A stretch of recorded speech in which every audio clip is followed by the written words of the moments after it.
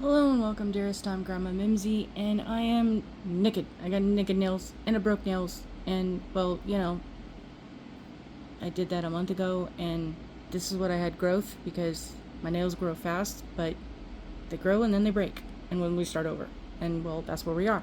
I was able to save the tips, and so if I'm able to glue them or secure them in other ways securely and have them back, if not, well, I'll go shorty again. So it's sad, not happy. I got a little nail. Hello, little fingers. Without nails, my hands look funny. But we'll figure it out. Anyway, I am doing these naked because I am anticipating very soon, very shortly, very, the the Maniology subscription box for the month of April will be arriving any minute in my mailbox. And so we're going to be ready to be able to utilize that. So this, I've done half the coat, so half the tip, so that you can see the one coat versus two coat kind of option. And this is a new line, and this is possibly one I probably will not be continuing with.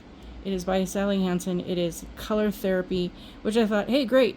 But the fact that it contains argan oil was not in the title description. And when I went back and figured it out and had to go search for it, it's way down in the bottom.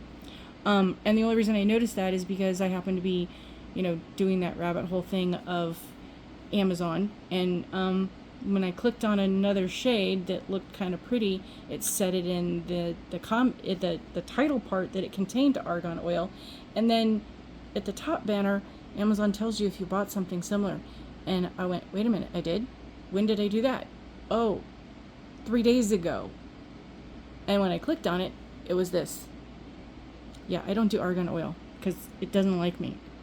So there's a lot of things that don't like me. So we try to stay away from them. But this shade, oh yeah, by the way, details matter.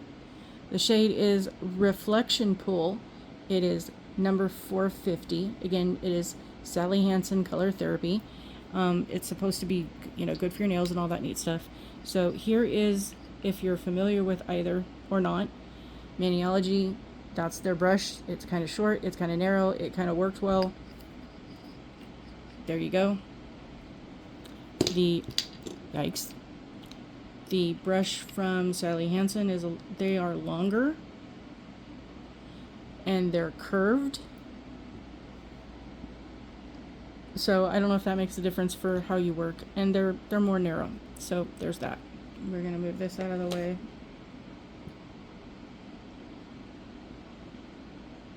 And yeah, I did this so you could see it's very sheer in one coat. 2 coats I'm hoping is going to make a difference. I've recently got other colors from Sally Hansen because for years I've been using Sally Hansen. I like their polish. I like their hardeners and top coats and things like that. And while I have nothing but love for Maniology, there's times where I have polishes that I want to use and I'm not getting that wow, distinction between the contrast of the background color and the stamping color. I don't expect the shades that I'm getting from Sally Hansen to be stamping polishes, but I figure they could be a base, they could be a fill-in for reverse stamping. So we're kind of testing some things out. This one does not have, I can see it, but it doesn't show really well on camera. If I can get that there. This part right here is where I painted it before. This part right here is where it's the first coat. So this has 2 coats, and there's a line right here where you can see the distinction between the two, but it's very faint. But this still is a little bit sheer and see-through, whereas this is not. So it's definitely a 2-coater.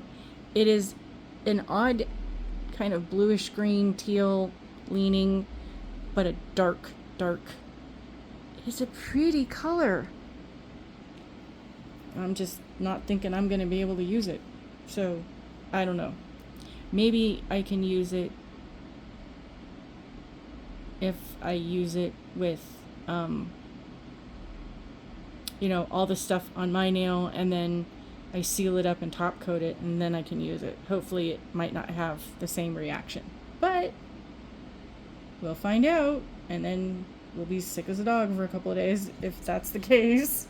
And then there you go. So I appreciate those who are following along in my crazy wacky nail art journey, and like and subscribe, and do all the fun things that the YouTube thingies want you to do, because hey, it helps. Sharing is caring, and the world needs more love and kindness. And I'm not just saying these things to be catchphrasey, whatever the case. I truly believe, and I know I've met people, have been related to people who are part of that Misery Loves Company club, and no amount of what you can do, that phrase, you can lead a horse to water but you can't make it drink. Lord knows I've tried, and it don't work. It's an inside job, and well, they don't get it. So do what you can, but if you can't, well, you tried. But don't let them recruit you, because they are always recruiting. Be kind, be grateful, be happy for what you have, because the life that you think you're miserable about, or that you don't think you have enough to be grateful for, somebody else would gladly trade positions with you, because they may not have a home and you have a roof over your head. They may not have a job and you get to go to work, even though it's the worst job in the world and you hate your coworkers. You still get to go to work. You still get to have a car if you have a car.